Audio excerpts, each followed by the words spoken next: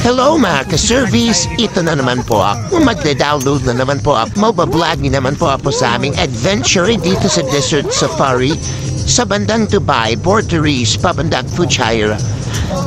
Well, nandito po ako sa isang Toyota Land Cruiser. Sumakay po ako para papunta doon sa campsite.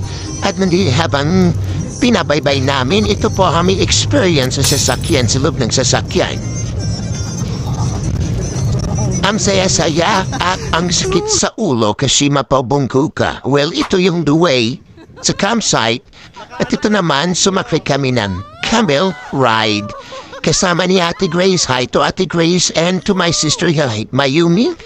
And to Moni and Hari. Medyo mabantot na lang yung camel pero enjoy. Enjoy naman po kami sa pag-hitchhike ng camel. Naawa nga ako sa camel kasi tatlo kami dyan pero bigat-bigat ko kaya dyan. Buti lang na kaya ng camel. O diba, kung gaano kalawak ang disyerto ng Dubai, paano na lang kayo kung dadalhin ka sa Dubai may kagalit ka at may kagalit ka at dadalhin ka dito sa disyerto at iwan ka na ko po, wag kaya magpakabait ka dito sa disyerto. Kung ayaw mong matsugis dito sa disyerto, o diba, tingnan nyo naman kung gaano kalawak ang disyerto. Swerte na lang kung may baon kang tubig o payong kasi kung wala ay naku po.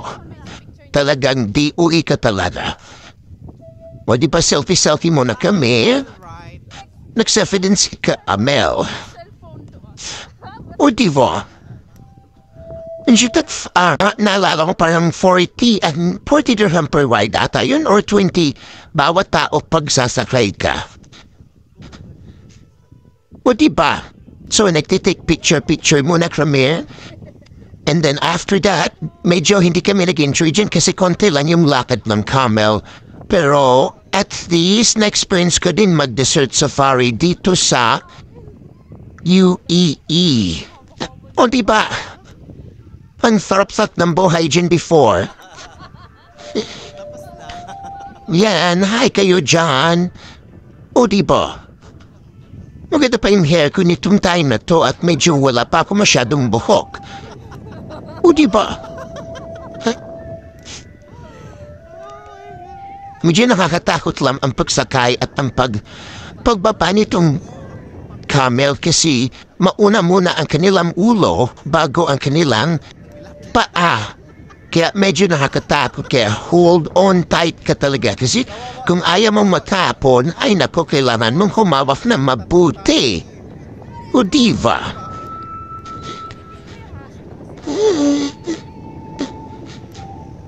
Meron din kung gusto niyo rin mag-horse riding, meron din kung gusto niyo mag-motor. Yung 4 na gulong, halimutan ko ang pangalan ng sasakyan na yon, pwede rin nyo kayong gawin at pwede kayong